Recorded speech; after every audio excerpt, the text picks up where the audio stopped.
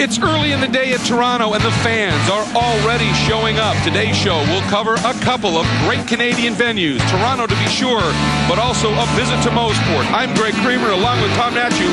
Welcome to World Challenge. What a lot! Oh, Andy Pilgrim. He is squeezed. Oh, he and Propelli hit. Curran takes a look down the inside. 3 abreast into 12. Under braking at the end of the straightaway. Side by side with Forrest and Will he carry the momentum? No, a little slide. Deep on the brakes. Once again down into 10A. They're still grinding on each other. This is World Challenge. This is how racing should be. This is Sports Car Wars.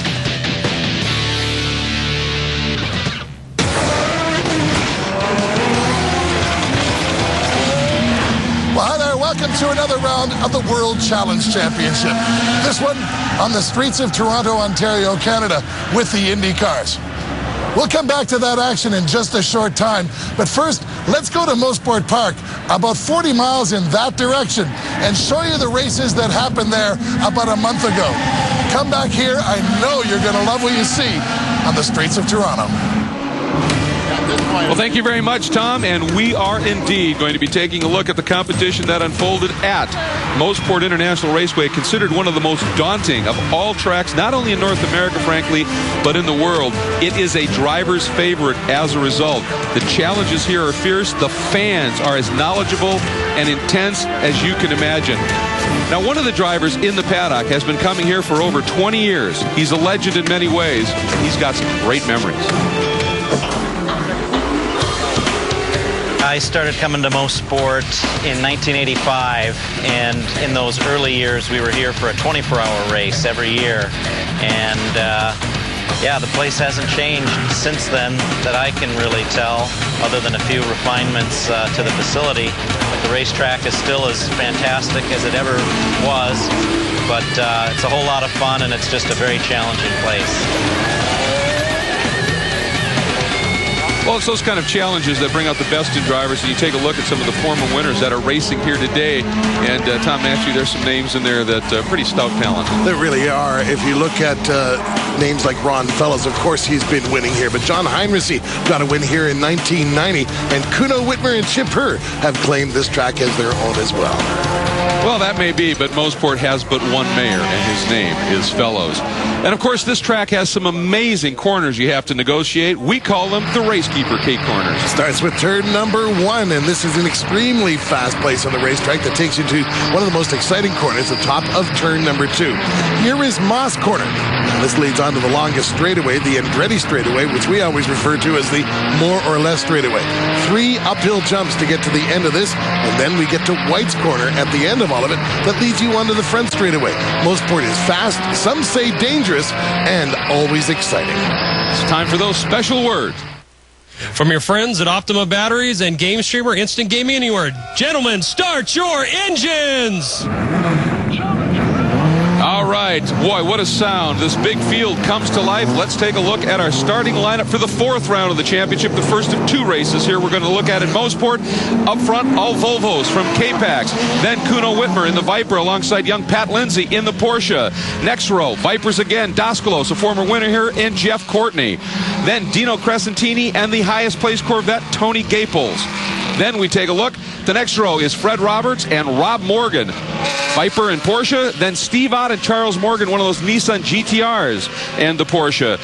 Then Tony Rivera in the Team GTR and Bill Ziegler in the Swisher Racing Porsche, who gave us that great look at the track. Then you have our pole sitter in the GTS division, Peter Cunningham. Alongside will be John Heinrichsey and Tyler McQuarrie in the next row. Then Nick Isayan and Paul Dargis in the BMW M3. Then the pole sitter in the TC category, young Robert Stout with teammate Lepper alongside. Then Greg Schaefer and Chip Herr making a return to World Challenge competition. Great to see Eric Meyer and Rob Holland, who is also making a comeback. And as we take a look at the rest of the Optima Batteries starting grid, we want to get down and check in with our pole sitter and point leader in touring cars.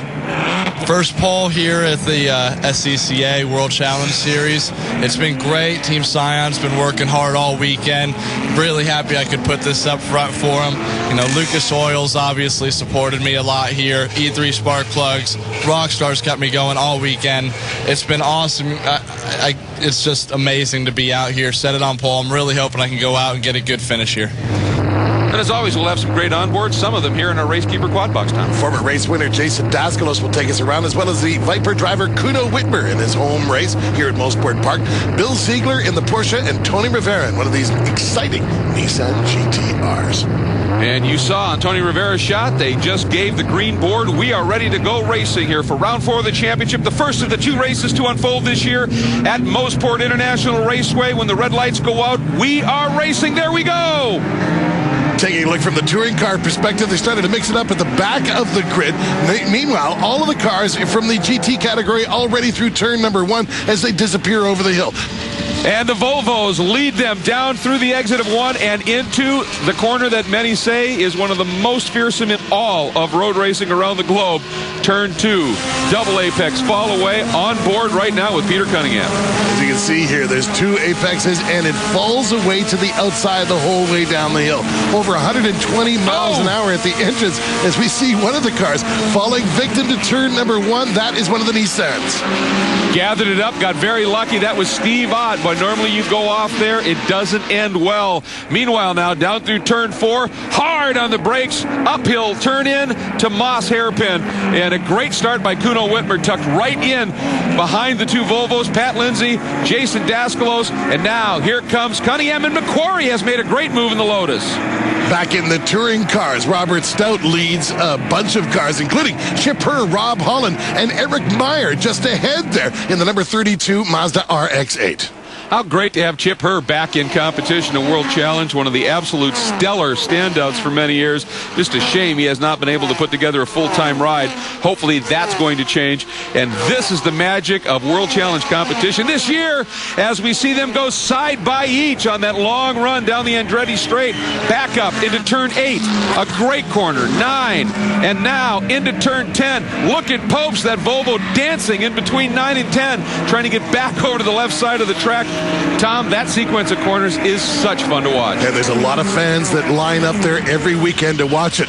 There go your Volvos in first place. Let's go back to the Optima batteries. Best start of the race, Tony Rivera. Put him into position to see this. Yeah, got him right up into the mix, and watch up front. His teammate in the orange GTR got a little bit of a help as he thought he had the outside run, got squeezed off in the grass. Usually that doesn't end well. He was able to gather it up, and meanwhile, Rivera not done yet as he's coming up around the outside of Bill Ziegler in that Swisher Racing GMG Porsche.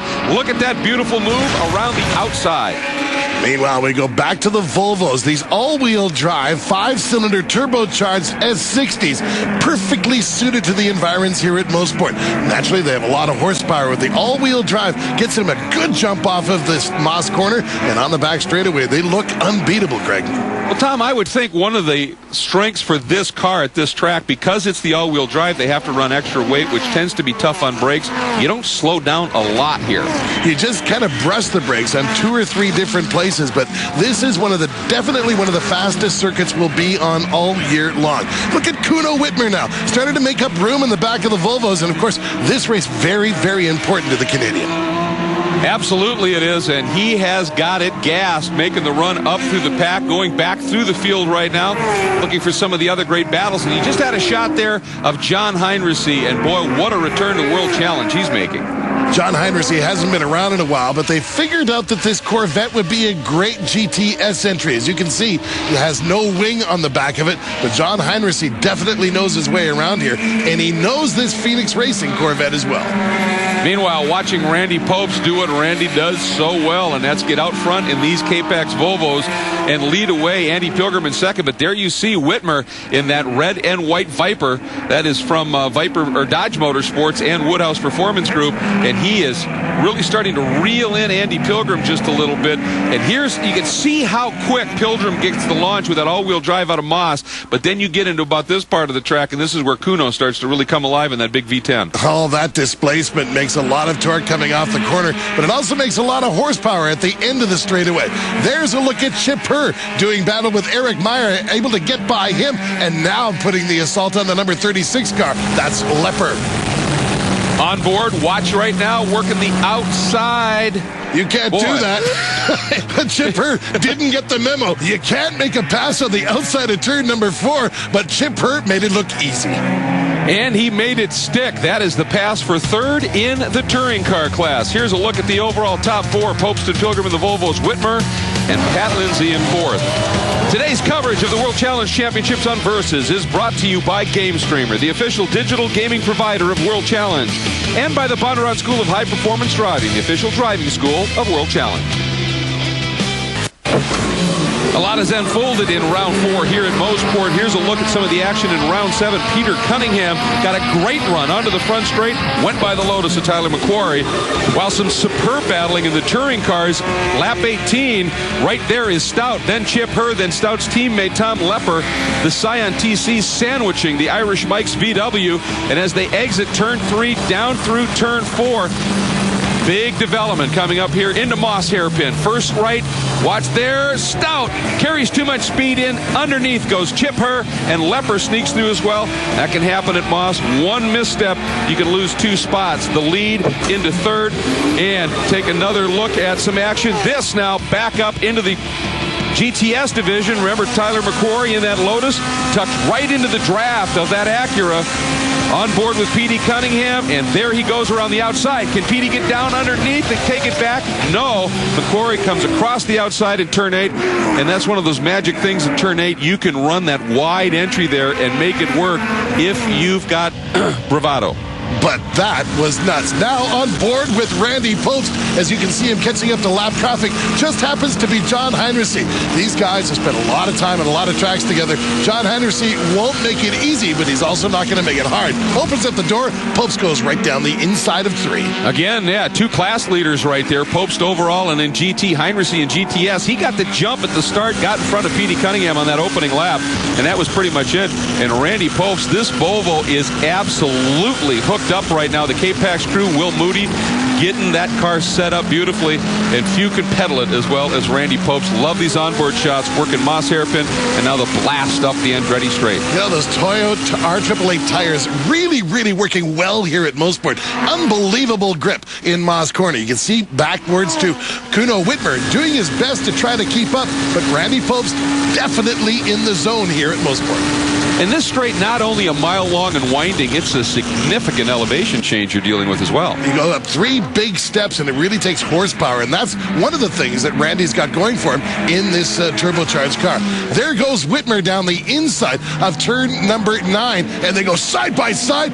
That's one of the things about racing with John Heinrichsey. He is such a professional. He's always going to give you the room you need, and he knows this battle has nothing to do with him. And that is Kuno Whitmer we talked about, now running in second. He got around Andy Pilgrim and now sits in that second spot. Meanwhile, the battle in the touring car division continues, and this is now Chip Herr in the Irish Mike's VW, but look how close Tom Lepper is all over the back in that DG Spec Scion. These two have been like this in lockstep for a few laps now, and what a great battle. Tom Lepper doing a great job in this Scion, shares the car with Don Gardner, and in this one-off race for him, looking very sporty as he goes down the outside of Chip Herr. This is not going to be easy, Greg. Well, it looked like what he was trying to do was take a little bit of a draft. Oh, and he's got in the marbles. Bit of a wiggle there. And that's the downside of trying that big outside move in turn 8. If you get too far out, you get over the marbles and the debris out there. And fortunately, that Scion able to just hunker down and get through that corner. But I think he was trying to steal just a little bit of a toe off of Tony Gapel's black Corvette as he went whistling past. But that's a lot of speed differential. Just wasn't able to make it work. Chip Herr knows his way around here, and he's very happy to give Tom Lepper all of the opportunities on the outside of the fast corners. More than happy to give him an opportunity here on the outside of 2. Yeah, anytime you want to try and pass me on the outside of 2, feel free. That takes some very special gifts to be able to make that one work. And you can see that Gaples dropped a tire through the exit of 1, pushing very hard, having a great race here today in that Kleinschmidt Corvette. Meanwhile, there goes Popst, and you can see now a couple of lap cars between he and Whitmer. And the guys at Brass Monkey Racing in that GTR came up here. They had some serious work done on the cars to get those cooling issues they were dealing with under control. But as you can see now is a bit of a wild ride. Once again, the 96 is Steve Ott this time off on the other side of the track down at the exit of turn 2. That reliability and allowing these cars just to hammer some laps, they're finding some handling issues. Yeah, Brass Monkey Racing definitely knows how to do it, as you can see, as evidenced last year with Tony Rivera's ride in the Porsche. They've got the overheating problems sorted out with the transmission and the engine. Now they're starting to deal with handling problems. And we are on our white flag lap, by the way, so I want to update you on that. And there is Popst working that traffic. And there's the differential back to Cooner. And Randy, I love these onboard shots because you're in the middle of 3 cars, 3 different classes, just dicing it around and just so calm, so relaxed, just working the problem, as they say. And Randy Popst, he knows right now not to force the issue on Fred Roberts, that he'll be able to get through. And he's got that protection behind. There is Whitmer as they come up and across the front straight. Randy Popst on the gas, picks up the checkered flag. Randy nails another win here this season. K-Pax Racing guys definitely enthused about that. Here's your touring car finish.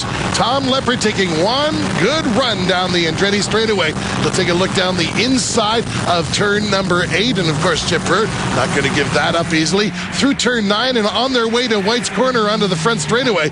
Tom Lepper's last chance here. Will he actually use the chrome horn? No. Keeps it clean and over the start-finish line. Chip Hurd picks up another victory here at Mosport Park.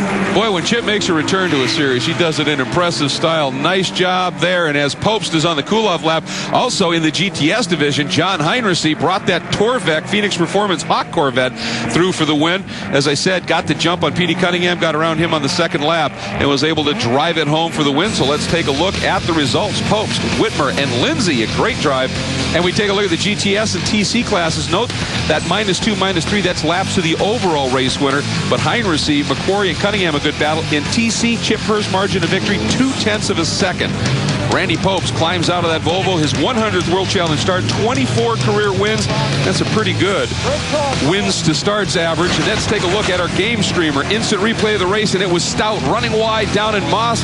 Her and Lepper taking the opportunity and moving past, and her, of course, going on to the win. And there were lots of celebrations in Victory Circle, and Tom was able to catch up with Randy Popst. 100th start in World Challenge at Mosport, and you brought it home to win. I'm on a great team, Tom. K-Pax has brought a Volvo here that is just an amazing piece of machinery. Happy to be part of the sports car wars and race against Vipers and Corvettes and Porsches. It's crazy. And we do it on handling and a well set up car. Will Moody, my engineer, along with Dax Robb, the car chiefs on my car, Brian and Paul DeLeo. They put together a car that made it to the finish. Got a little hairy there at one point. I don't know if you saw. Bumped one of the Porsches I was lapping, but it was a great race. Kuno just kept me honest the whole time. You know, the traffic is really a fascinating part of this series. Man, it can change the race in an instant. And some of the traffic was racing and battling. The MTM Special Ops Watch.com best move of the race. This one, Tyler McQuarrie, beautiful move around the outside of Petey Cunningham, and that picked him up for second. Let's get back down to Tom. In Victory Circle with John Heinrichsey, the Torvec Corvette, first time out, first time victory. It's got to be sweet. Oh, it does. I tell you, the car worked great. Mark and Dave did a just fantastic job with the preparation on the Phoenix Corvette. I can't say enough for Hawk brakes. You know, we're running stock 17-inch brakes on this car. Rotors and calipers are stock. With Hawk pads, they're doing a fantastic job.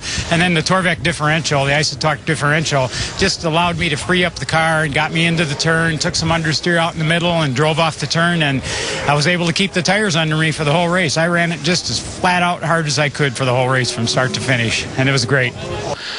And, of course, one of the big things in World Challenge is the manufacturing championship at each event, and this one, the came out for Corvette.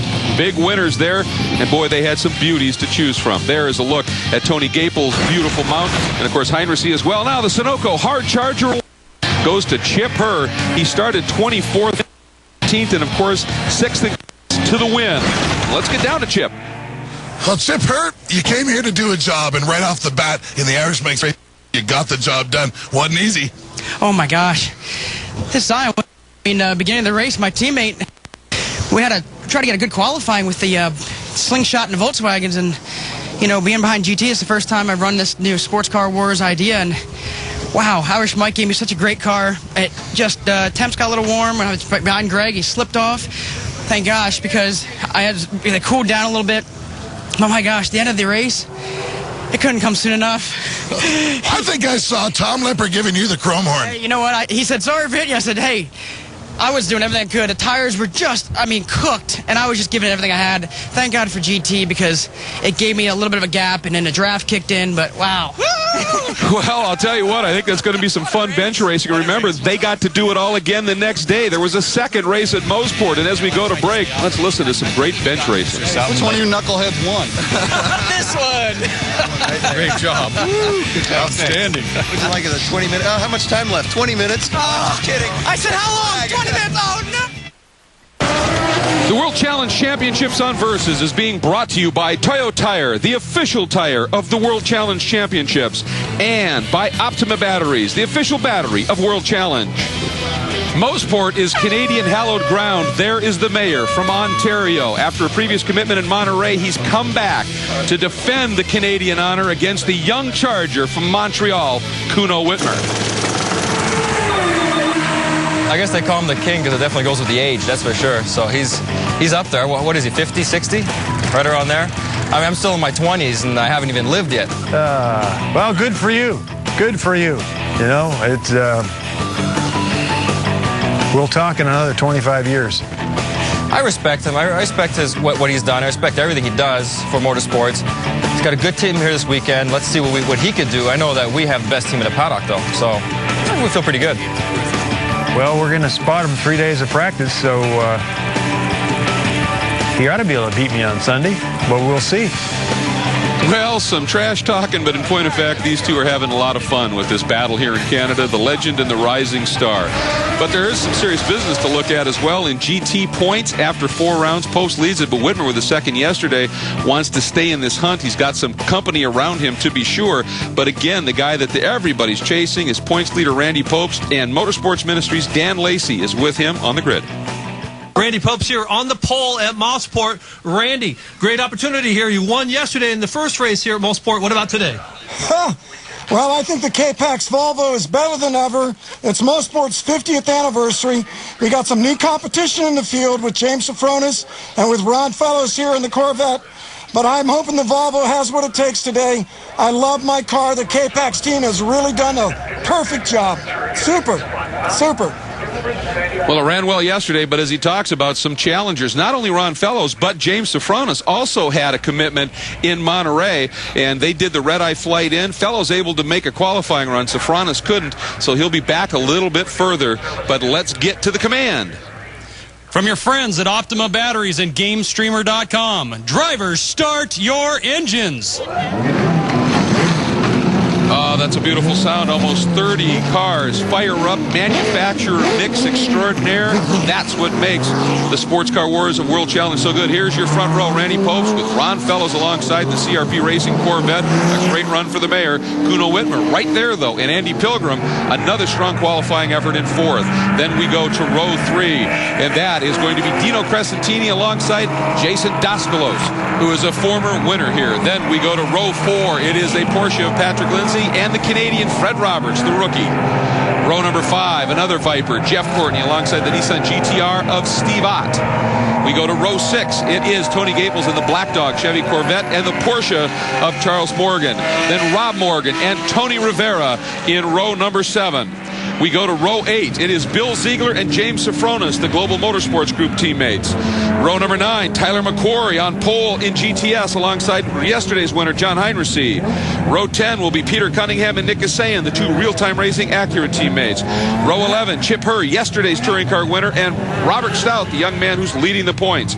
Row 12, Rob Holland and Greg Schaefer. The VWs take row 12. Row 13 is Tom Lepper, who had a great race yesterday in the Scion, and Eric Meyer, the rookie in the Mazda. Row number 14 will be Brett Sandberg, the rookie, and Don Istuk in the VW GTI. And then our last row will have Charlie Solomon, number 21, in the Mazda RX-8. We are ready to go racing here for the 5th round of the championship, the 2nd round of this Victoria Day weekend at Mosport. On board with James Safronis as we get this party started. James Safronis gets a pretty good start, but you can see side by side down into turn number 1, and it is going to be a battle all the way up the hill to 2, Greg. Boy, and you can hear how they lay on the rev limiter getting ready for the launch in these races. That standing start, rare enough in motorsport, spectacular here. Boy, we had one of the Nissans, a couple of problems starting from the pit lane. That is Ott and one of the Scions as well. But as we saw in round 4, it is immediately Popes into the lead. But Kuno Whitmer from that second row leapfrogs in front of Fellows. So that Canadian battle already going the way of Kuno Whitmer. Taking a look from Andy Pilgrim's point of view as these two battle down into turn number 5 and up the hill here. You can see that Ron Fellows already starting to make up some ground on Kuno Whitmer, and he's getting some pressure from Pilgrim. And did you notice Ron Fellows? No waste of track. He was in a very different line through there. Didn't track all the way out. Said, nope, not ready to do the big swing yet. We're just saving time driving the shortest route. That's why he's called the mayor here. Well, he's been through here many times. So starting out in Formula Fords and working his way all the way up to the American Le Mans Series, and this, the Sports Car Wars of World Challenge.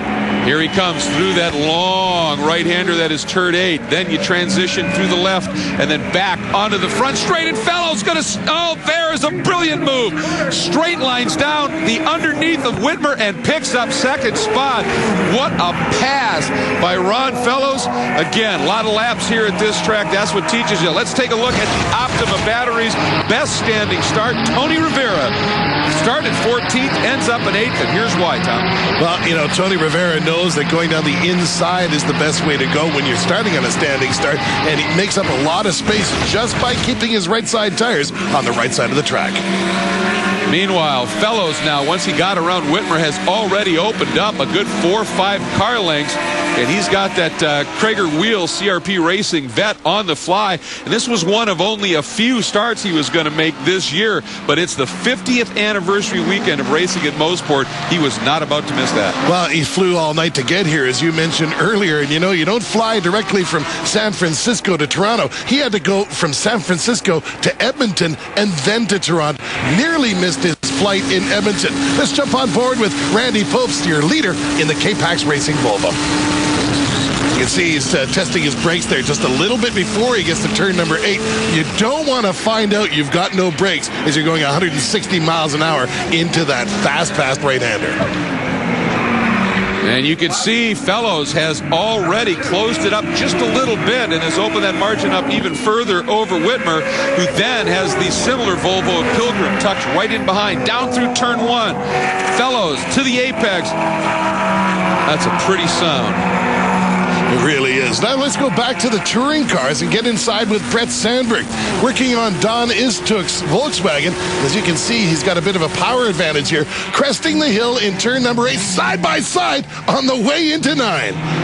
And that was the move. Sandberg, that outside move we've talked about already. He made it work. That picks up the 6th spot in the touring car division. And again, you can make that work. It's one of those great corners. It's got a couple of line opportunities. However, that does tend to make you a little bit slow out of 9, and then somebody can pounce like Fellows did into 10. There's always that bit of give and take. And right now, Popes is taking it all. You know, he's got such a good run out of Moss Corner onto this back straightaway.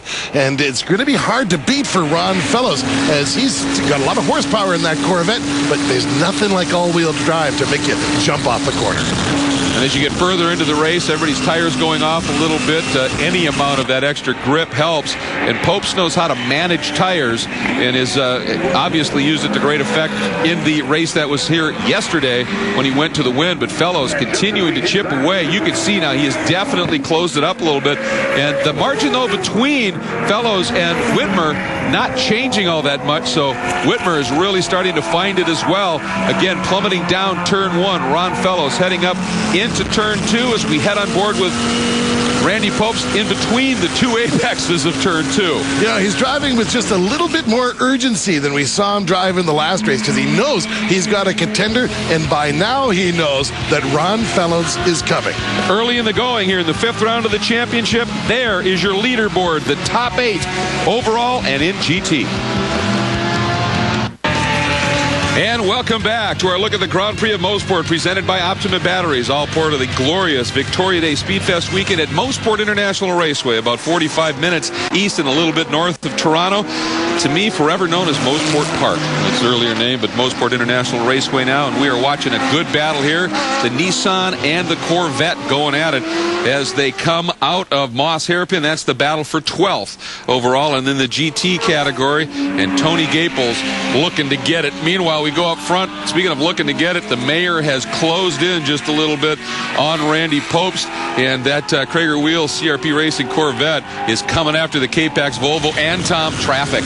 Yeah, that's always going to be an advantage from the guy in behind. But then again, Randy Popst is a master at working traffic. You heard him comment in the last race. This new Sports Car Wars dynamic has really added some dimensions to the championship, and Randy has an opportunity to play that out now and see if he can hang on to first place using traffic as a tool. The one issue he's dealing with, I would think, with the weight of that car and the big horsepower of the Vet, traffic, if you get balked in traffic, that's going to favor the Vet. So I think, watch Randy here. I think he's going to go pretty defensive all the way down the straight. And, boy, there goes Fellows along the outside, but Randy deep into the inside and makes it stick. But Fellows certainly showed his intent. But, man, did Randy use a little bit of Volvo brake. Now he dives underneath Dino Crescentini, who's having his problems. And Fellows comes right along as Crescentini just left that door open. Now Fellows moves to the outside, trying to pinch and use the outside. Oh, they are so close as they fall down turn one, coming up on a touring car, and it is a split. Fellows has the inside line, and boy, what a moment. And there is Ron Fellows, the read of traffic, and I think a little bit of luck, and Randy Popst watches the yellow Vet go by. Yeah, Randy Popst had an opportunity to see some of the most masterful driving, so he's ever going to see. So he probably didn't mind that much. Let's go to touring car. A good look at Robert Stout as he glances in the rearview mirror, and that's what he saw coming, just absolutely blowing by him on the straightaway. Wow, that was the Swisher Racing Porsche from Global Motorsports Group right in the mix to this battle. Now Stout trying to pick up a spot. Can't, as the door gets firmly closed by Rob Holland. So these two having a good scrap. Rob Holland driving a Volkswagen. The 3R Racing just finished up for him. The first time he's run this car this weekend, and obviously it fits well into the touring car field. Just a little bit more horsepower on Robert Stout's part, and now he moves into P2. So Stout continuing to move back up through the pack. Remember, this young man, his first ever season of professional racing, and really his first season of any kind of professional car racing. He's done some club stuff in the past, and looks like he's been doing it for 15 years. An incredibly smart racing head on those young shoulders. Well, he has, you know. He's started over 300 kart races and all over the Midwest, and of course, you know, his dad, Ken, has been at most of those races with him. So here is a rookie who really is a veteran of some of the toughest racing you're ever going to find in karts. And speaking of a veteran coming up through some tough racing, Ron Fellows and Popst working that battle we were just with, that second and third in the touring car division. And here you see Popst trapped behind him, and man, you've got to be so careful through turn two, even with a big speed differential. Patience is everything, but it cost him a lot of time. But now the favor gets returned to Fellows. Now that VW moves out well wide, and that lets Fellows through, but that is where Fellows made up a chunk of time. Yeah, you've got to respect the fact that both Ron Fellows and Randy Popst did respect the touring car race. So tempting to use the chrome horn there and just to move them out of the way. But these sports car wars are really developing into a series. It's a lot of fun to watch. A lot of driver respect throughout the classes as well. That is huge, and it's well earned. Here are your top three in each of the classes after 15 laps here in round 5, the Grand Prix of Mosport. Back at Mosport International Raceway, the Grand Prix of Mosport presented by Optimia Batteries, as we are looking at the World Challenge 5th round in the championship, and once again some tremendous racing has been unfolding. Here's a game streamer instant replay, and this was Brett Sandberg having a moment. Yeah, you know, you come off the track that fast in turn number 8. He did exactly the right thing. Bled off the speed, tossed the car sideways before he hit the grass. Hit that grass at 100 miles an hour, you're going to end up in the tire wall, and a big disappointment.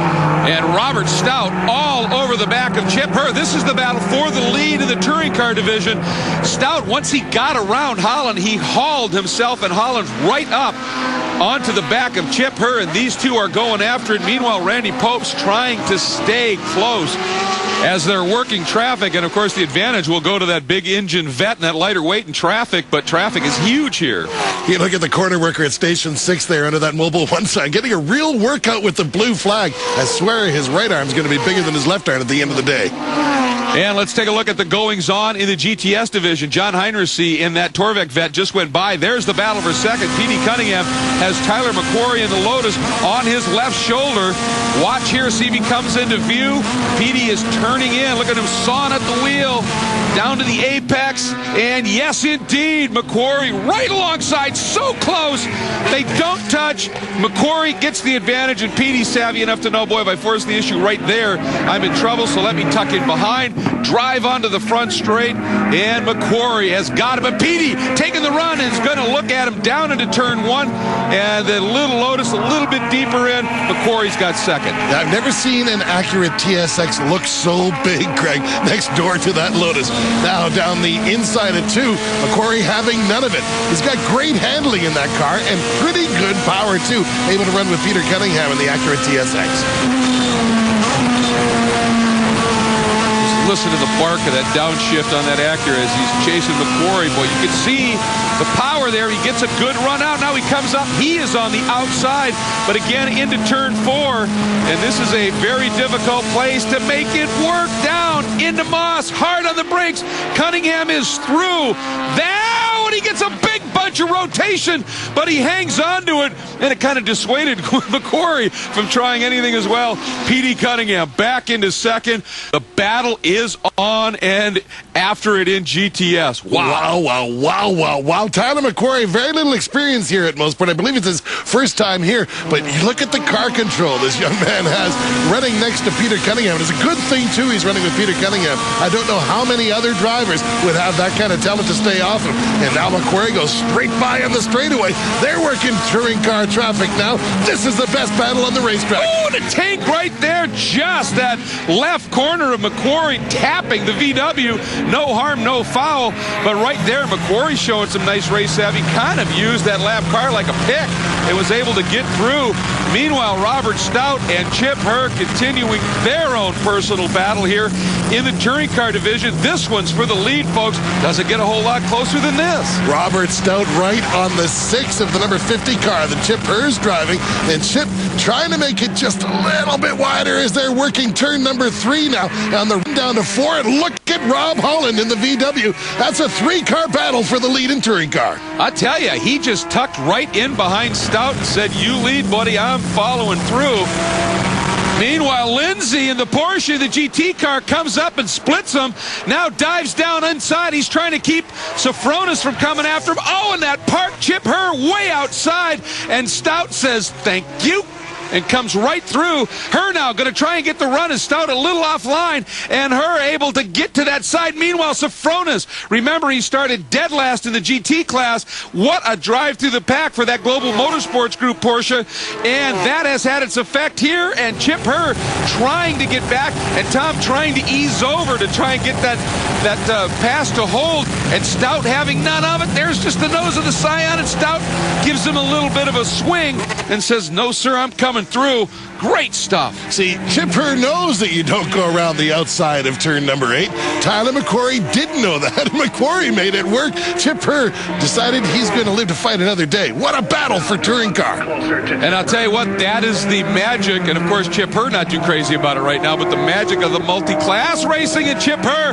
A little bit too hot down into turn 1. That VW from Irish Mike's Racing stepping out and quick hands on the wheel and a nice save, but you can see just that little bit of a loss of momentum has given that much of a margin as we're on board with Chip up to Robert Stout. And remember, in Chip's mirrors, if we could see his view through it, it would be nothing but that red car, and now it's alongside. And just again, Tom, that happened, that all started at turn 1. Just a little bit of a momentum kill there for Chip Herr, and look at the result of it 3 corners later. Now he's working on the back door of Rob Holland. Rob Holland's going to go after this 18-year-old phenomenon called Robert Stout. So within the course of that last lap, Chip went from first to third. Some of it just the multi-class competition and getting split by a GT car. Some of it just the fierce competition and the close competition. And Andy Pilgrim has pulled off. We just got a shot. Andy Pilgrim, something wrong in that K-Pax Volvo. Looks like his day is done, but he's in a spot where not much of an issue can happen. They're going to let the racing go. And boy, did Chip Herr get a run out of Moss. He set that up this time beautifully. Swings to the outside of Holland. The question is Holland in that VW, that nose, going to appear as they come in? No, Chip is well clear. So after getting trapped on the outside down in there by the Porsche that last lap, Chip dialed that one up beautifully. Well, didn't have to drive defensively anymore. Was able to get that run. Now let's take a look at the Viper battle. And right in there is Peter Cunningham behind Tyler McQuarrie. So as the Vipers go through, Peter Cunningham loses touch momentarily with the Lotus. Look at these great images coming off our Racekeeper cameras. And that is Jason Daskalos at the Daskalos Developments Viper. He looks to the inside. Whitmer got a little bit wide. Daskalos there. McQuarrie in the TC Lotus right in the mix. Whitmer hangs on. But Jason Daskalos, who remember has a win here. And this is a track he runs incredibly well on and loves. And certainly he wants a podium once again, and he's about as close as you can get. This is the battle for third. Kuno's got it, but Daskalos, he looks like he might even be a little quicker, Tom. Meanwhile, Gary Johnson, the manager of Dodge Road Racing in the motorsports division, has his heart in his throat. These two front-running Vipers here, running side by side through turn number 3. He'd rather that they just line up, I think. I get the feeling they're not going to be that way for long. There goes McQuarrie, the Lotus, second in GTS, on board now with P.D. Cunningham, third in GTS. No answer yet. And let's jump back up to this battle. It's a good one. And Whitmer a bit squirrely heading into turn 8. That Dodge Motorsports Viper really using those tires up. Here comes Daskalos. He's got the inside. Beautiful piece of racing by Jason Daskalos, the Daskalos Developments Viper. But Whitmer not going down quietly as the white flag is out. This is the last lap. Now Daskalos sweeps the outside in 1 and moves into third. But Whitmer is right there. Meanwhile, up front, Ron Fellows already down in Moss. Gives you an idea of the margin he has up and over that battle for third. Post is still in the mix. And the good news right now is that there's really no lap traffic. There is one VW here, but he's pretty aware of it. Look at him, just move over, let these guys go through. And that is exactly what they are doing. Popes comes through clean.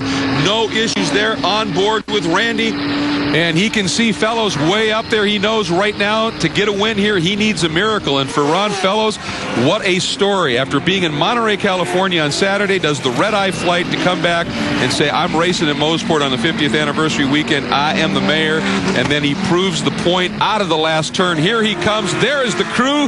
CRP loving the deal as Ron Fellows brings home the win. Meanwhile, here's that battle in touring car. It is still intense. Robert Stout right behind him. Chip Herr right behind him. Rob Holland down through Moss hairpin one last time. Well, Chip Herr's got a big decision to make here. Does he try to move over the number 18 car with his chrome horn? Meanwhile, Hydrosy crosses the start-finish line. He'll pick up the win in GTS. And here's the way the battle's going to shape up in touring car. Here's the opportunity for Chip Herr. Has an opportunity to move him over. Decides to race him clean. Will he get down to the apex first? No. It is going to be Robert Stout at the start-finish line. And a big wiggle from Chip Herr, trying to give it everything he had, Greg. Just giving the crowd a wave as that battle for second, and he ends up taking it. Meanwhile, there is Ron Fellows. Boy, I tell you what, I'm sure bleary-eyed after that red eye and all the travel issues. What a great run for him. Here is your race results. Fellows, Popes, Daskalos makes the podium. Whitmer, Lindsay, your top 5. Safronis, a great drive from 16th to 6th. We go back a little further in the pack. There is John Heinrichsey, McQuarrie, and Cunningham, 15th, 16th, 17th overall in that GTS race. And then Robert Stout, Chip Herr, and Rob Holland, your podium in the TC division. Remember, those -3s and 4s are to the overall leader. Margin of victory, half a second in the touring cars. Sunoco Hart Charger, it's an easy one. James Safronis, that great drive, 16th to 6th in the Global Motorsports Group Porsche. And the game streamer, instant replay of the race, was the pass for the lead as Fellows and the Vet, Popes and the Volvo split the Mazda, and that close is how it was. Meanwhile, Tom is with our winner. Well, Ron, it was a great weekend, but it was short. Most of last night on an airplane and put it on the front row and won. I don't think you could have written a better script. Absolutely not, Tom. This is Nick Short's birthday yesterday. Happy birthday, Nick. He's got to thank Dave Roberts, Carlisle Industries, and Krager Wheels for their support of this Corvette. And like I said, thank you, Air Canada. We were 3 minutes from missing our connection. We wouldn't have been here. So we did manage to make it. And this is special. Mosport's 50th, and this is cool. Ron Fellows, ladies and gentlemen. You can hear the emotion, and once again, the Manufacturers Fan Championship, it was a sweep for the vet fans this weekend. They called it, and why not? With Heinrichsey sweeping as well. Well, John Heinrichsey, straight into the box. This Corvette is doing what? Is 2 wins and 2 tries. Yeah, that's pretty awesome. Like I said yesterday, Joe Aquilani puts together a great car. Mark and Dave did a great job with the preparation. Today was definitely more work than yesterday. The track was going away because of the sun and that kind of thing, and Tyler was really pushing me hard there for the first laps until his car slowed down. But every time I'd look at 5A, he was right there, and I just had to go like crazy to stay ahead of him. So it was a great race. Again, the Isotorque diff did a lot to help me on the greasy track because the tires were going away a lot worse than yesterday with the sun on it. So it really helped me out, and the Hawk brakes were great all the way. I can't say enough about this class and these cars. They're great. And a nice bit of driving. Now let's take a look at our MTM SpecialOpsWatch.com best move of the race. It was actually moved. Speaking of good driving, young Robert Stout laying in some great passes. Here's Tom. Well, here they are. There's nothing between them at the start-finish line when they finished up, but it's only the last lap that you need to lead, and you beat a couple of good guys here, Robert. Yeah, it was awesome, man. We've had a hard race all day. The Scion car's been great, thanks to Lucas Oil. Rockstar's kept me going. E3's kept this car powered up great. These guys gave me a heck of a race. I mean, that was by far one of the hardest races I've been in a long time. Well, the Blue Flaggers have arm pump, you know, with some good racing. That wraps up our look at Mosport. When we come back, Toronto. Full action. Don't go anywhere. The unmistakable and beautiful skyline. It's Toronto, Ontario, and a beautiful day in store. And Tom Natchez down in the sun. Welcome to the Acura Sports Car Challenge, all a part of the Honda Indy of Toronto. It's not a long course, less than 2 miles with 11 turns, but every time a production car race ends up on the streets of Toronto, it makes for one of the most important races of the weekend. Let's get it on. And so we shall, and of course, 2007 was the last time that we have been at this track, and it is one of 4 that the series is returning to this year. It's going to be a great weekend of racing. Toronto Indy, as it is called, an absolutely fabulous weekend. Always spectacular crowds, and as Tom pointed out, some spectacular racing to be had as well. There is the Optima Batteries show car that is part of the pace and parade laps around this wonderful venue at all of the World Challenge Championship events, and we are getting ready to go racing. But of course, one of the things we want to take a look at is some of the great corners on this track as this crowd is dialing it up and getting ready to go. And Eric Meyer in that beautiful number 32 Zowie Racing Mazda has been kind enough to give us a look at the Racekeeper key corners, Tom. Well, over the start-finish line, we get into a right-hand bend here that kind of keeps going into another right-hand bend right by the Prince's Gates. Now, this is the most key corner on the circuit because it goes on the longest straight. As you can see, it just slowly unwinds as we get down into the hairpin.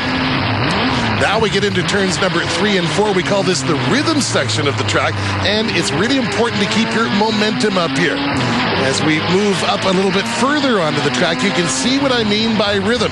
8, 9, 10, 11 just keep coming back to each other. Now the exit of turn 11, very critical. We've already seen a couple of cars in the wall in qualifying. One of them was Rob Holland, and it's been a question as to whether he'll even make this race.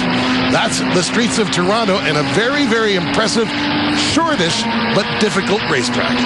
It is indeed, and that run onto this section of track, you've got to get out of that turn so quick, but there's nothing but wall on the exit. And of course, inside is where they paddock. It is a beautiful venue, but one of the more popular moments, the march to the grid, where the fans can join, watch the cars, watch the crowd as they start to build, and of course, the beautiful flag girls that lead everybody to the grid. This is the Acura Sports Car Challenge, and P.D. Cunningham is one of the legends driving Acuras, and this manufacturer works very hard at creating brand loyalty and fostering it through racing.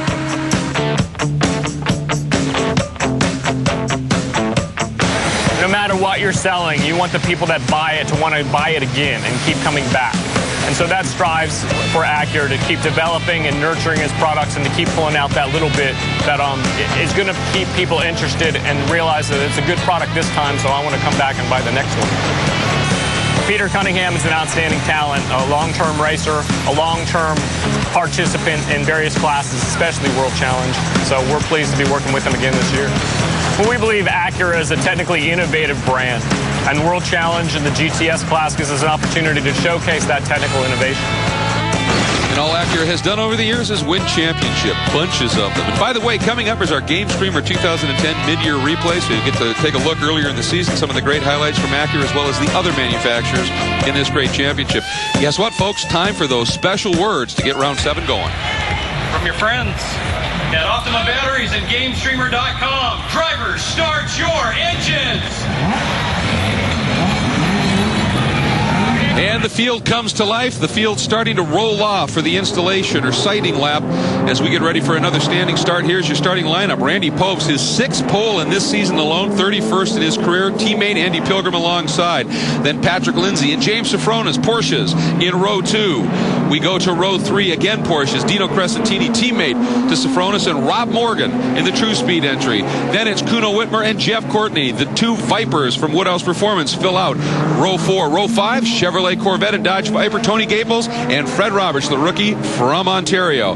Then Bill Ziegler in the Swisher Racing Porsche and Jason Daskalos, the Daskalos Developments Viper. We then go to row 7, Charles Morgan in the True Speed Porsche and Peter Cunningham on the pole in the GTS class. Nick Asayan, his teammate, on the inside of row 8, joined by Ernie Jakubowski in the beautiful Porsche Cayman S. Then we go to the touring class. Nick Whitmer on the pole, Eric Meyer alongside. Then Robert Stout, the point leader, starts 3rd in the touring class with Brett Sandberg alongside. We then go to row 11, Greg Schaefer in the first of the Go For It Racing School's Hawk VW Jettas and Don Gardner. Then Mike Pettiford in the other of the Go For It Racing School's Jetta and Don Istook. And then it is Shea Holbrook, the rookie in the Honda Civic from Auto House, and Rob Holland in the VW GTI, who will be starting at the back due to a crash in qualifying and not getting a representative time. That's the field. When we come back, the standing start. Toronto was an absolutely glorious city, and this weekend the teams and all of the staff of the World Challenge Championships very fortunate to have a world-class hotel serve as the series headquarters, the Delta Chelsea Hotel in downtown Toronto. The Delta Chelsea is known as Toronto's entertainment hotel because we're really in the center of it all. We're steps from everything just outside our door. Every hotel has a great bed and a great shower, but we have a staff and team members that really make the difference here and make people feel very much at home. We're graced with 5 different places to eat and drink.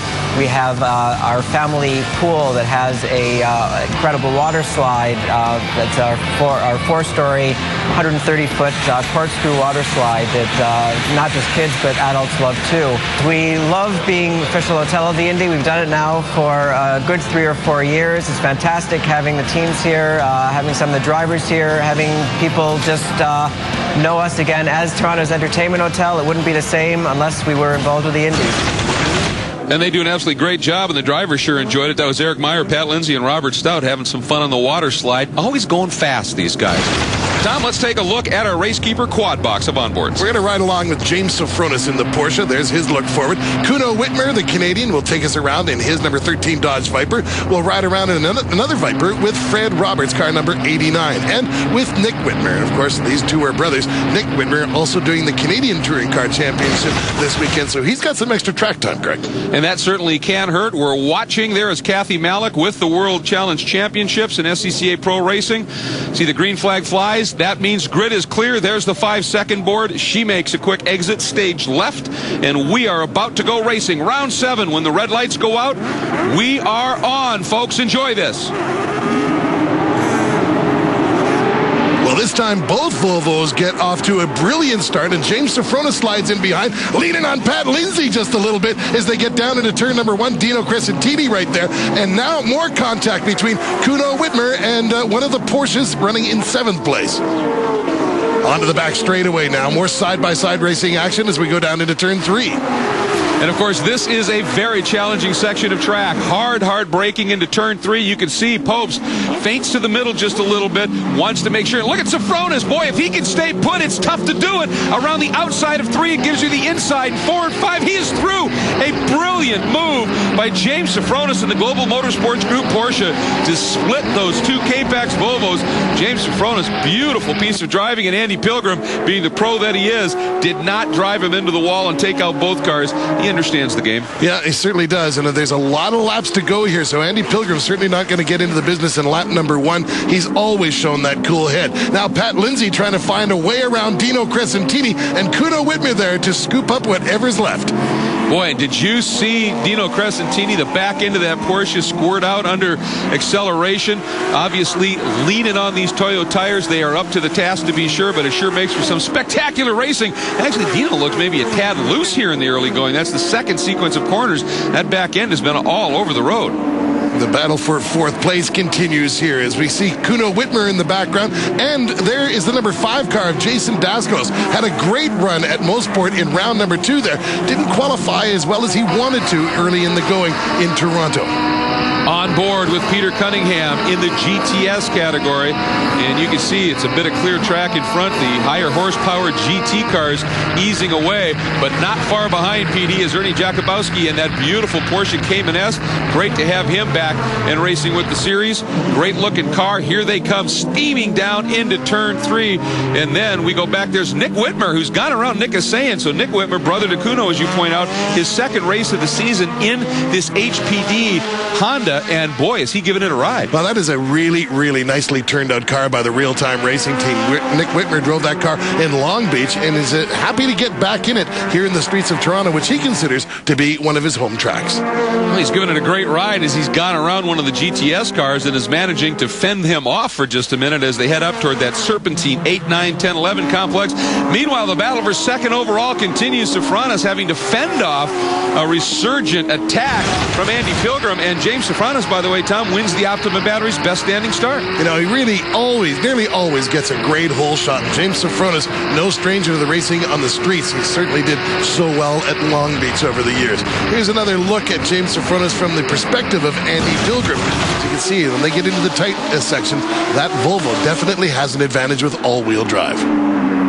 Yeah, that's one of the great things about World Challenge is the interesting balance that the cars offer. Some of them stronger on certain circuits, others at different tracks. And here, that rear engine hanging over those rear wheels of the Porsches gives a good launch off the corners, but that all-wheel drive pulls it off of those corners, too. It's a great battleground. Yeah, that enormous turbocharger into the hood doesn't hurt either. True enough. Yeah, so as these K-Pax Volvos have really exploded onto the scene, Andy's had a couple of technical issues over the course of the season.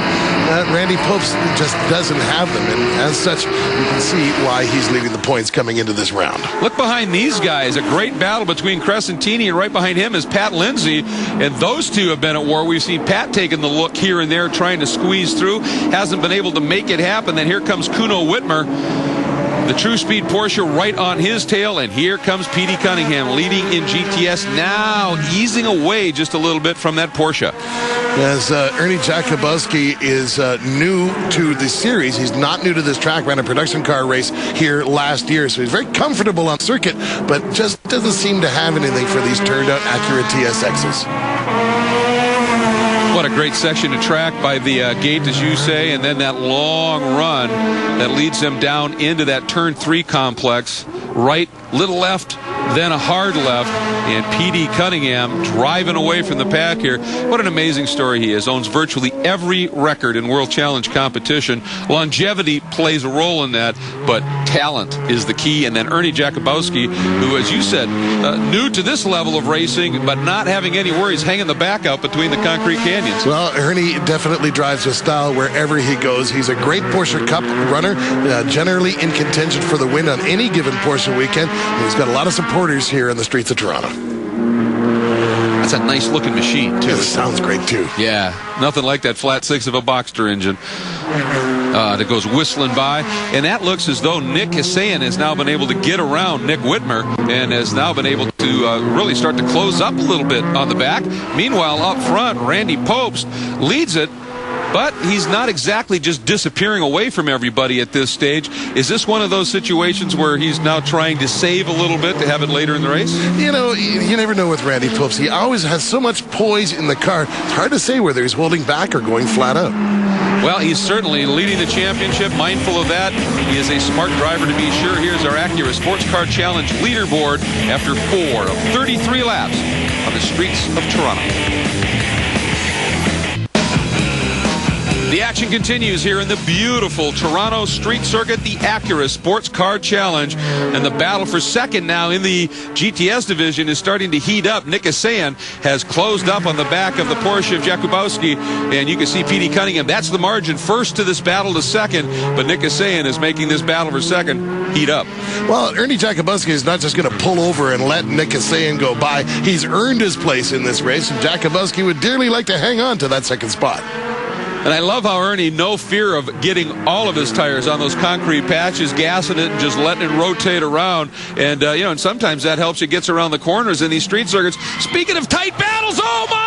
Brett Sandberg has just hammered into the passenger door of Robert Stout. And I mean, clobbered him. And Sandberg went airborne. Tom, this was a huge hit. Well, from Robert Stout's perspective, he saw him coming. He saw him take that good long look there. I think that Brett Sandberg was looking in his mirror as well, as Sandberg takes a look at the number 32 car which was coming, and he had nowhere to go and nothing to do about it. Absolutely, and Sandberg up on 2 wheels, almost going over. And you could hear he just suddenly dynamited the brakes, almost killed the engine, trying to avoid the hit. But, yeah, he may have been paying more attention behind him. He was in the middle of that battle nonetheless. Big hit. So James Safronis now in second and is eased away just a little bit from Andy Pilgrim as they are working some of the traffic in the touring car division. Safronis goes whistling by the number 41 of Schaefer and gets through clean. But boy, in that exchange, Safronis has come up all over the back of Randy Popes. Meanwhile, Crescentini and Lindsay in the 2 Porsches continuing their battle as they work through this crowd.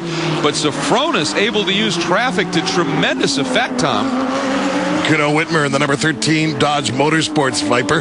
Headlights on, which is World Challenge language for get out of my way, I'm coming through.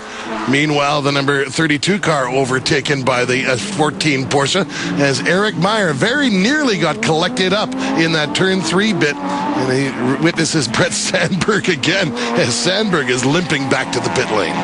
Oh, and right there, Andy Pilgrim almost got squeezed by Meyer, but again, Andy Pilgrim's experience telling him exactly what to do, just waited, breathed it, and then ducked underneath. There goes Popes. There's Safronis, as I said, very close indeed.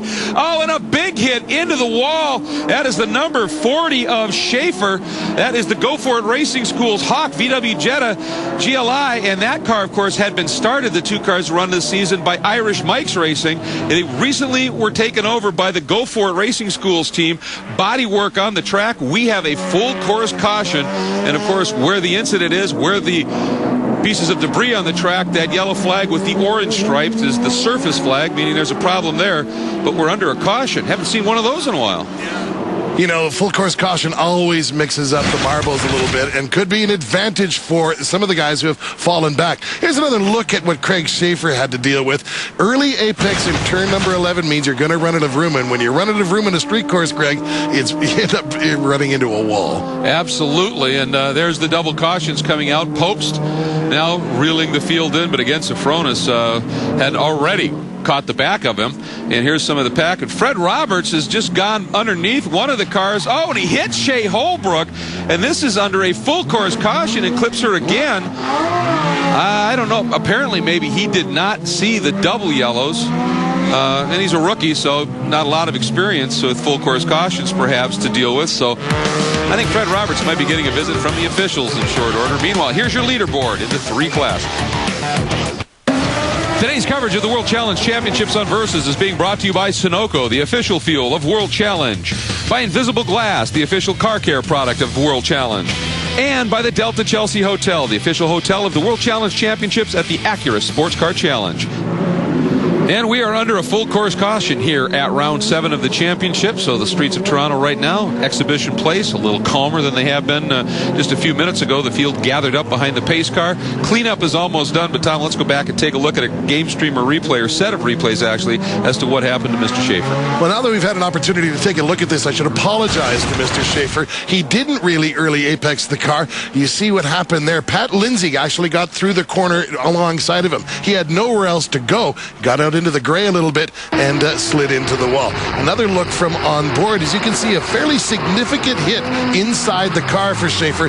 Does a good job of keeping it out of traffic along the right side of the wall. A good job, but unfortunately, that's going to end his day. Tell you, the focus of a race car driver, after he hits the wall, do you see him reach and do a downshift? Yeah. Then another downshift? I mean, always trying to control things. Pace car is in. We are going back to green flag racing here on the streets of Toronto. The Acura Sports Car Challenge, round 7 of the championship. Watch for the green to fly. The double yellows will be pulled, and we are back at it. And Dino Crescentini, he timed that to perfection, comes right up alongside, gets by Pilgrim, and Lindsay down the inside of Pilgrim. Lindsay trying to get underneath Crescentini. Somehow they didn't touch. Pilgrim still trying to stay put. He now gets around the outside of Lindsay, but up front, that has allowed certainly Popes as well as Sofronas and Crescentini to get a little bit of a jump. And look at Kuno Whitmer trying to take advantage of that sort of bottle up, if you will. Hard on the brakes, tucks right in behind Pilgrim, hoping to follow Pilgrim by Lindsay. Lindsay may be freight trained here. He's trapped on the outside. Let's see how he plays it.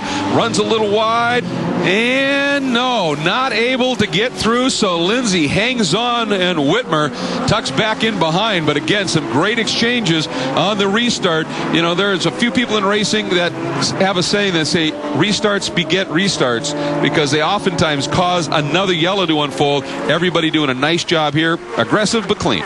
Well, Kuno Whitmer had one shot to make that work, and he tried his very, very best to do it, but he wasn't going to wreck both him and Lindsay. Good bit of driving on Whitmer's part. Well, once again, you know, he's right up there in the championship points, and so you don't want to do anything to hurt that, especially when the guy you're chasing in the championship is out front, and that is Randy Popes, who is having himself one of his best ever years in World Challenge competition. There's James Sofronas, who once again is able to start to gap away that little bit of a field behind him. He's got Crescentini, his teammate, right there, then Pilgrim, then Lindsay, but he is able to drive clear. Well, there's another way you can get involved in World Challenge other than just coming to the races. It's the Fantasy League, sponsored by Bob Bondurant. Now, get involved in the Fantasy League by going to world-challenge.com/fantasy league. You have an opportunity to win a $5,000 4-day Bob Bondurant Racing School. I think you and I should enter that. I'm going to. How fun. Firebird Raceway, I think, is where he holds those. It's a great racetrack to learn everything about some driving. Meanwhile, our battle in the GTS category, you see, there's the top 3. Here is Nick Whitmer continuing to lead. Here's one of the True Speed Porsches going by, but Nick Whitmer doing a phenomenal job in that HPD real-time Honda, and it's only the second time he's raced it, and it's a showcase for Honda Performance Developments. Honda's reputation as a technical company is built not only on its products, but also it's on its track successes. We believe that what we learn in the pinnacle realms of motorsports teaches our engineers, and that ends up trickles down into the products that are available in the dealership in the neighborhood near you. Whether you're talking about the Civic or whether you're talking about the IndyCar engine, good durability at a reasonable cost. Honda has an internal phrase, the 3 joys, and there's joy in each of those activities, and we recognize that, and we think racing is a way to display them. HPD is pleased that Nick Whitmer's driving the HPD Civic Si car here this weekend. Nick's family have owned a Honda dealership in Canada for a long time, and the fact that we've got one of our own driving a car that we had a lot of fun developing and is racing this weekend, it's just put a big smile on our face. Well, I think that smile's going to be even bigger the way that Nick has been driving here in this race, continuing to lead that category. Meanwhile, as you see, Andy Pilgrim is losing some ground here once again, falling back through the order. Pat Lindsay just able to get by. We're working the lap 16 count for the leader, Randy Popes, at this point. And Pilgrim struggling just a little bit, but teammate Randy Popes continuing to look awfully good here on the streets of Toronto. Over Sofronas and Crescentini and GTS, Cunningham, Jakubowski, and Hussein, and in touring cars, Whitmer leading over Meyer and point leader Stout. Bienvenue to Le Mans. Great to have you with us here at the Acura Sports Car Challenge, round 7 of the World Challenge Championships. And P.D. Cunningham right now finds himself pretty much by his own self in the GTS class. Well, there's some debris in the middle of the circuit there. That could be a part of the story. We see some dents in the front of the True Speed car. That could be a part of the story. Meanwhile, all by himself, P.D. Cunningham is a little bit relieved, I would imagine, to see that the battle between Ernie Jakubowski and his teammate Nick Asayan has, for all intents and purposes, ended. Well, and I think we're going to find out why, because this is a game streamer replay of something that happened while we were in break, Tom. Take a look down the inside is Nick Asayan, and he gets into the back of Ernie Jakubowski, gets wound up on his own, but Jakubowski turned entirely the wrong way. Here's a look from on board, and then, hello, rather too close, as Asayan able to slip by, but Jakubowski's got to do that kind of jackknife turn to get himself going. Let's go back to our leader, Greg. It's been all Randy Pobst all day long. Yeah, earlier when we had James Sofronis had closed up a little bit, even before we had the full course caution. But since that restart, Randy has been able to drive away. Nice move right there by Don Gardner. You saw how tight he kept the exit coming through the Princess Gate, knowing this big stream of GT machinery was coming by him. And here comes Lindsay taking a look on the outside of Dino Crescentini. We hop on board with Dino, and Lindsay was by him easy before they ever got to turn 3. Boy, Lindsay got out of the gate corner awfully strong. You know, either that or Dino Crescentini may have missed a shift, but something went awry there, because Dino just got absolutely freight trained, if he can be freight trained, by one car, and now the number 8 car of Pilgrim is very close to the back of that car. There is Dino, that beautiful Centric Parts Stop Tech Global Motorsports Group car. And he is trying to hang on here, as you said, Pilgrim, that blue and yellow Volvo right behind. Up front, the Horton Sloan Securities True Speed Porsche of Pat Lindsay. His first season of GT action. If you haven't seen any of the previous races this year, he ran touring cars previously, stepped up, and has been immediately on the pace. An impressive young driver. You know, he is fantastic. And Pat Lindsay, one of the great gentlemen of the sport as well, gets along famously with everybody in the paddock. Keeps 2 homes, one in Manhattan, one in Santa Barbara, and actually fell into racing, believe it or not, when his street car was vandalized. He said, well, nothing to do but make a race car out of it. Been racing ever since. Motivation, you gotta love it. Meanwhile, Andy Pilgrim, you can see Dino Crescentini, something's wrong. He's losing touch with Lindsay. Lindsay went by him very easily, and Dino is in full defense mode right now. There's that yellow out there. That's for that piece of debris on the track. But you can see Dino down the front straight, down into 4 here, running a defensive line. So something's not quite right, and he's just not able to get that car to hustle. And Tom, I think now that Lindsay is closed up on Sofronis, Sofronis is up the pace just a little bit. Looks like he's closed in a bit on on your leader, Randy Pobst, at this stage. Now, we talk a bit about the social networking you can do to stay in touch with World Challenge, Tom. Well, there's a hyphen in the middle of worldchallenge.com. So world-challenge.com for all of the latest news and views on World Challenge. Or you can go to world-challengetv.com. Check out cool in-car video, driver interviews, and watch this complete race and all of the other World Challenge races online at that site. Of course, there's the Facebook group. Something like 4,300 members have already joined up, and we're waiting for you. You can post your pictures and share some of your video. We also want to welcome a new media partner, GoRacingTV.com.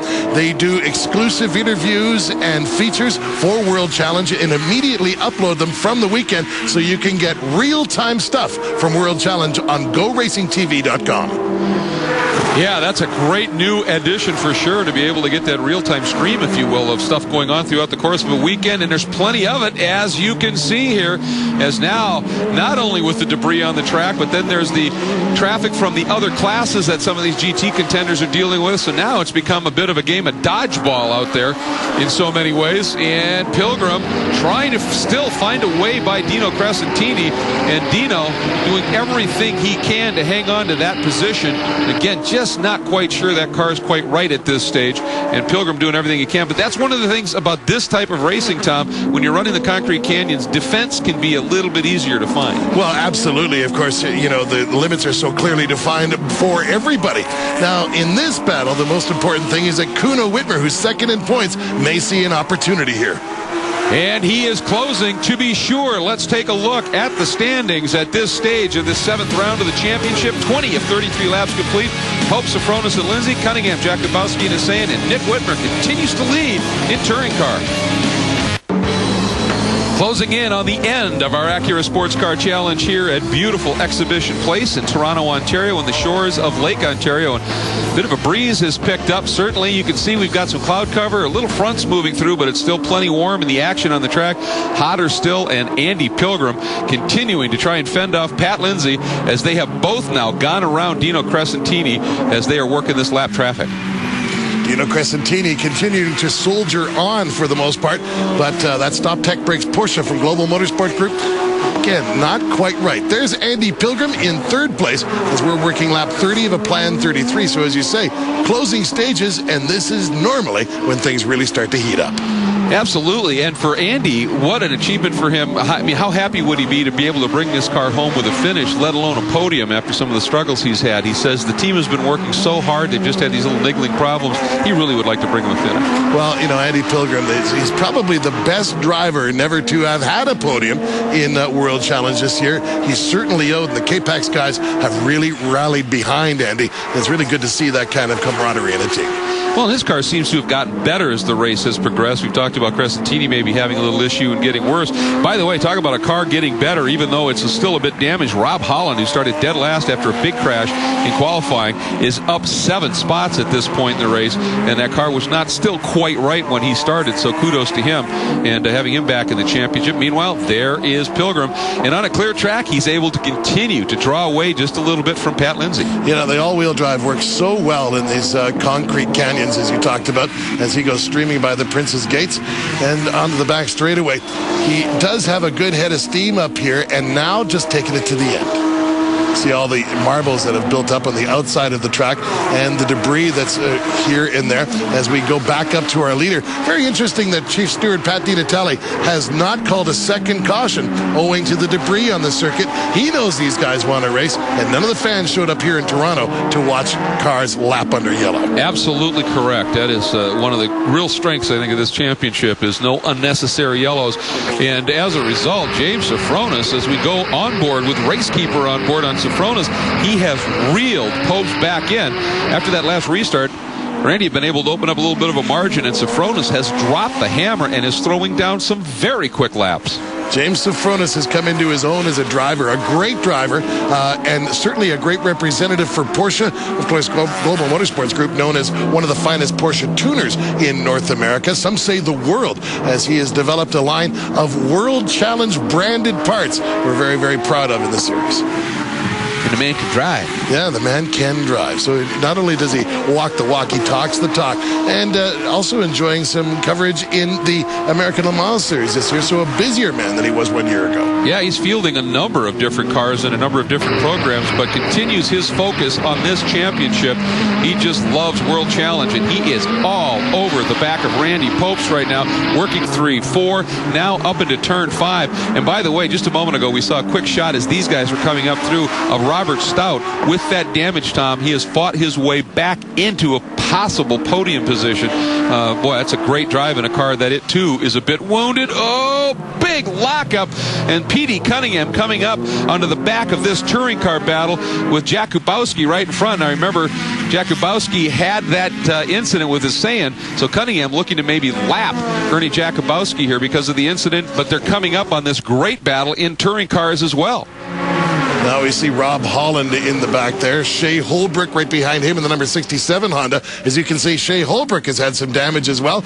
As Peter Cunningham trying to find a way around Ernie. Ernie not interested in going another lap down. He's going to make it as tough as he can. Now in the midst of all of that, you see the Black Dog Racing Corvette of Tony Gaples getting the back end out a little bit. I was going to say, let's add another car from another class to the mix. This multi-class racing is awesome.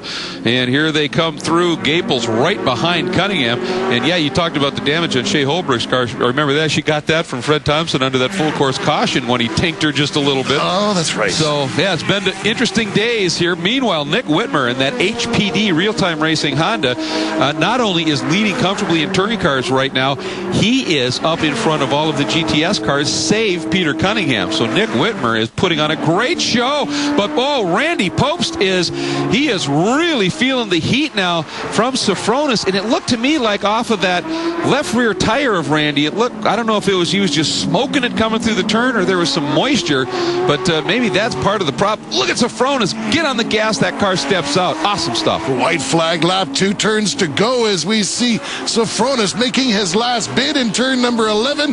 Not going to be able to get it done. Another win for Randy Popst in the K-Pax Racing team. What a season for Randy Popst. What a great drive for Sofronis, however, able to come up and make it awfully close at this stage. So for Randy, that is win number 3 on the season. And of course, we talked about that streak and string of poles he's been able to put together. An awesome day for him. Meanwhile, speaking of awesome days, Nick Whitmer out of turn 11 onto the front straight. The checker flag awaits him as well. Look at the fist pump as he brings that car home with a win and again places it up into the field very strongly. So a good solid day of action for him. And of course, here comes Petey Cunningham, has been able to get around Jakubowski, and Ernie may have said, go ahead. We'll get this one done.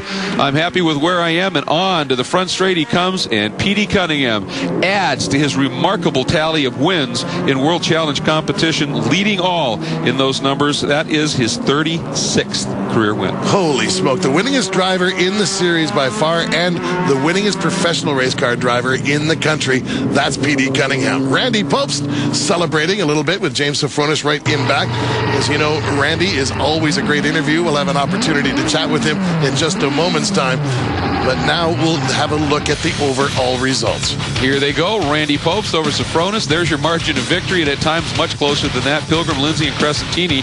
That is the wrap-up down to your top 5. Then back in the 13th spot is the GTS winner, Petey Cunningham. The 14th spot, your touring car winner, Nick Whitmer. When we go back to the rest of the pack, you can see Asayan and Ziegler, of course, had their issues, as did Sandberg, who was not able to finish. But the one thing on that touring car grid, Stout comes home 3rd after that hit. Pretty remarkable. There's Mike Pettiford now taking over those very familiar-looking cars from Irish Mikes. Now it's the Go Ford Racing Schools, and he wins the Sunoco Heart Charger Award 2013-17. Good job by Mike Pettiford. He's still getting used to his car. As you can see, he gets by his teammate Schaefer and goes on to pass another 6. And the field makes its way down into pit lane. We'll be back with interviews. Celebrations are about to commence here at the Acura Sports Car Challenge Victory Circle. Petey Cunningham, GTS winner, out of that beautiful Acura. The MTM SpecialOpsWatch.com best move of the race goes to Pat Lindsay. The white car coming at you right here. That beautiful Porsche. That outside move he put on Dino Crescentini and picked up that position. Earned him the MTM SpecialOpsWatch.com best move of the race award, and well earned to be sure. There's the presentation in Victory Circle. Congratulations, Patrick. Nicely done indeed. Now, here is a look at the crew, the K-Pax crew, celebrating another win by Randy Popst here in the Acura Sports Car Challenge, bringing that Volvo across the line. Let's get down to Tom. I can't remember a race where so much was going on, and you have the rare opportunity to be completely oblivious to every bit of it. Not every bit of it, Tom. Using the all-wheel drive DeVolvo had from K-Pax, that was the secret today on this street course in Toronto, and the preparation. I think if I hadn't started first, I wouldn't have been able to win this race, or we. I want to thank Jim Huey and the K-Pax team. I was running for all I could. That Porsche reeled me in, Tom. But we're glad to get another win for K-Pax and Volvo, and I want to say hi to my WeatherTech buddies. Woo! All right, let's take a look at the driver points after 7 rounds of the championship. Popst out front. Whitmer sits in second. Crescentini, but Sofronis jumps up into 4th with his run. And the manufacturer points, the big mover there is Porsche, who has moved up into 2nd after 7 rounds of the championship. So some great stuff. Now our game streamer, instant replay of the race. This was a no-brainer as Sandberg got hard into the door of Robert Stout. He was done for the day. And remarkably, Stout able to recover and end up on the podium. Meanwhile, Peter Cunningham, talking about podiums, brings another win home in his real-time Acura TSX. He's with Tom. Our Acura TSX ran great and just spot on every lap, and there was still a lot of weird stuff happening out there with the GT guys going by, but everything ran great. Good day for Acura. Take a look at the driver's points in GTS after 7 rounds, and Cunningham just stretches that margin a little bit more, up 11 more over Nick Hassan. And you see the rest of the pack there, the manufacturers right now. Acura continues with a pretty stout lead right now over Mazda and Porsche in that category. Now, the Manufacturers Fan Championship right here. That says it all. Boy, I'll tell you what, they came out in force here, and Acura wins the Manufacturers Fan Championship. They're remarkable fans here at the Acura Sports Car Challenge. Nice when that kind of thing works out. Meanwhile, in the TC class, the beautiful Honda, prepared by Real Time and HPD in the hands of Nick Whitmer, brought home the win. Tom? It was an amazing race. I mean, too bad I got to go off the podium right now. I'd love to be on there right now. Couldn't tell anything more. HPD Honda, Real Time Racing. They built the car amazing. The car's hooked up. Can't complain of anything. I'm glad of everything. As he should be. Now here's a look at our touring class driver points after 7 rounds. Stout leads it. By the way, the reason Whitmer was in a bit of a hurry, he's hopping into a Canadian touring car to go racing again right here in the streets of Toronto. Here are your manufacturers' points. Scion over VW, but VW looks like they may have a full-time presence for the rest of the season. That should be interesting. And here is a look in the 3 classes at your Game Streamer Rookie of the Year point standings. And there is Randy Pope celebrating, as I said, his 3rd win of the season. Overall, an absolutely great day. There's the GTS category. We'll be back. Today's coverage of the World Challenge Championships on Versus has been brought to you by MTM Special Ops, the official watch of World Challenge, by RaceKeeper, the official video data system of the World Challenge Championships, and by GoRacingTV.com. Time now for the Game Streamer 2010 Midyear Replay. Well, with the engines cooling in the paddocks and the teams beginning to pack up to leave this beautiful city of Toronto, we see the sun sinking in the west, and we couldn't resist staying here for just one more evening. And while we do that, we thought we'd share with you the year to date. Who can resist those brilliant young rookies in touring car, the veterans in GTS and in GT? One thing we can all agree on is that 2010 has been one hell of a year so far. Hold on to your belts, folks. It's coming fast and furious. St. Petersburg, the opening round on the streets of St. Pete. Crescentini in the pits. It was the Volvos that qualified up front, and Randy Popes was to take off and do what he does better than anybody else in St. Pete, win. Peter Cunningham led the brand new GTS category to his first win in the new category. And in the touring car division, the battling was fast and furious. A couple of the players here in Mark Hine and Robert Stout, but it was Todd Burris in the Irish Mike's VW going to the win. We get to race number 2 on the streets of St. Petersburg. Once again, a similar start, but this time Dino Crescentini's in the mix. As you can see, all of that jumble down into turn number 1, and a huge crash involving Steve Ott and Pat Lindsay. Meanwhile, in that touring car battle, the 2 Scions of Stout and teammate Gardner battling it up front, and overall at the end, Dino Crescentini getting the win. Peter Cunningham is the second winner of the second round of the GTS category, and Todd Burris makes it a doubleheader. Next up, for round 3, the streets of Long Beach, the Roar by the Shore, a Viper on the pole, even with a Volvo alongside, but it didn't take long for problems to crop up. Peter Cunningham, visionless with a hood up. Dino Crescentini in the wars, first with Ron Fellows, then with Boris Said. Boris Said makes contact here, nearly taking out the plucky Crescentini, and Fellows blows up in the Krager Corvette. Meanwhile, Whitmer getting the win in GT, Tyler McQuarrie, the nimble Lotus, excelling, and Robert Stout winning touring cars in round 3. Robert Stout definitely going to be one of the stars of this championship. We go to Mosport now and look from the touring car perspective at the standing start of the front straightaway. And it was a pair of Volvos up front. Kuno Whitmer desperately trying to stay in touch. Meanwhile, Stout struggling in Moss hairpin, runs wide, and Chip Herr making a return to World Challenge takes advantage into the lead. The number 6 K-Pax car working its way through traffic, and some of that traffic was a new starter in the GTS category, John Heinrichsey. Meanwhile, Chip Herr trying to fend off and hold the win. He did exactly that. Mosport, the site of round 5, the second round of the weekend. Ron Fellows makes an appearance, and it got interesting. The mayor going for the lead. Flew all night to get there. there, challenging Popes for the lead and never relinquished it. Meanwhile, a three-way battle for touring cars heats up, and this time Stout's at the front of it. And this time, P.D. Cunningham and the Lotus of Tyler McCrory having an absolute battle royale as he was able to sneak through. Heinrichs sweeps the weekend in GTS. Then we go to Watkins Glen International Raceway. A beautiful sunny day and a brilliant start for Randy Post, and Ron Fellows forgot how to drive for a moment there. But didn't last long. Ron Fellows takes advantage of a late braking maneuver by Post and takes the lead. Meanwhile, James Safronis loops it in the boot, and Eric Meyer, the pole sitter in touring cars, smacks the wall coming out of the boot. Familiar sight in the GTS category as Peter Cunningham takes the win there, and Robert Stout, what a sensation he's turning into. And then the most recent round of the streets of Toronto, all Volvo front row. Porsches behind.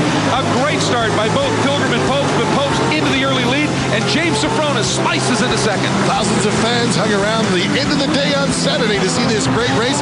Peter Cunningham has it all his own way in GTS. Then touring cars, Greg, that happened. A big hit. Sandberg into Stout. Stout would continue to third, but it was Nick Whitmer in the real-time Honda from HPD bringing home the touring car win. You know, I attended every one of those events, but when you see them all distilled down in the Game Streamer replay, I'll tell you, it still gets my blood pressure up. Things are just starting to heat up in all three of the championships. Then we've got the Rookies of the Year and three more excellent venues: Mid-Ohio, Virginia International Raceway, and then our finale at Miller Motorsports Park. Well, Greg Kramer and I have loved bringing you the first 5 shows, and there's 3 more to come. I want to thank Greg and the entire TV crew. This is Sports Car Wars. This is World Challenge.